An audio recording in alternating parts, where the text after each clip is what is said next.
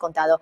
Creo que ya tenemos con nosotros a nuestro siguiente invitado, a Gonzalo Cañete, jefe de estrategia de mercado global para ATFX Connect. Gonzalo, muy buenas tardes.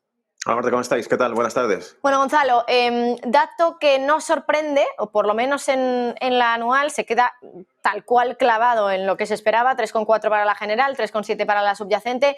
Los datos a lo mejor que más pueden destacar, los más pesimistas, son los mensuales. Al final es un dato de inflación elevado respecto a lo que teníamos meses anteriores. El mercado reacciona bien. ¿Tú cómo lo ves?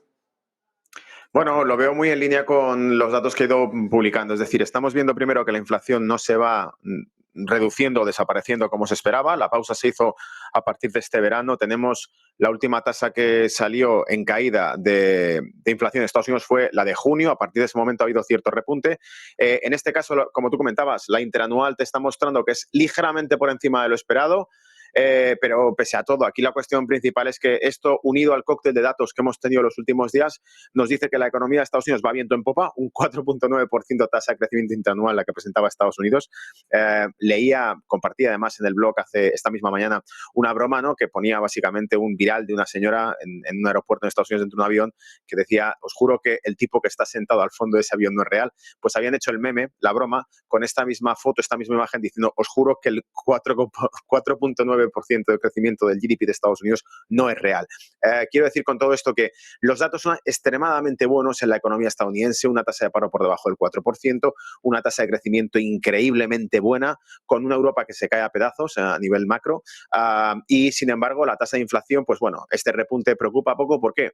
Porque si juntamos que los datos de crecimiento y los datos de empleo de Estados Unidos siguen mostrando mucha fortaleza, veíamos la semana pasada las ventas minoristas de Estados Unidos mejor de las esperadas, los subsidios de desempleo mejor de los esperados, hay muchísima fortaleza y esto deja bastante cancha para que la política monetaria de Estados Unidos pueda incluso ponerse más severa si fuese necesario. Por eso no creo que preocupe mucho al mercado este dato de inflación, porque lo que debería preocupar más son las variables positivas que está dando la economía americana. ¿Y por qué debería preocuparlas? Porque cuanto más mejores y más fuertes sean los datos de la economía estadounidense, más probabilidades hay de que la liquidez se vea reducida a base de una política dura. No hay que olvidar que el objetivo es el 2% de tasa de inflación y que, como he dicho al principio, desde junio ha repuntado esa tasa de inflación. Por lo tanto, estamos en el mejor de los escenarios en una inflación estancada, como la propia Reserva Federal preveía, que era que esta inflación se quedase aquí en el largo plazo y que para finales del año que viene, 2024, todavía estuviese por encima del 2%. Todo apunta en esa dirección y, por lo tanto, creo que el contexto en general no cambia para nada el panorama. A nivel de gráficos, lo que veo es que tenemos un Standard & Poor's que está rebotando ligeramente, pero ese rebote más bien viene por un pullback natural que está teniendo por la caída masiva que tuvo ayer cuando perdió los 4.200 puntos. Para mí, creo que el juego va a estar entre 4.150 puntos, incluso máximo el rebote que llega a 4.300 puntos, cercano a la media de 200 en sesiones diarias.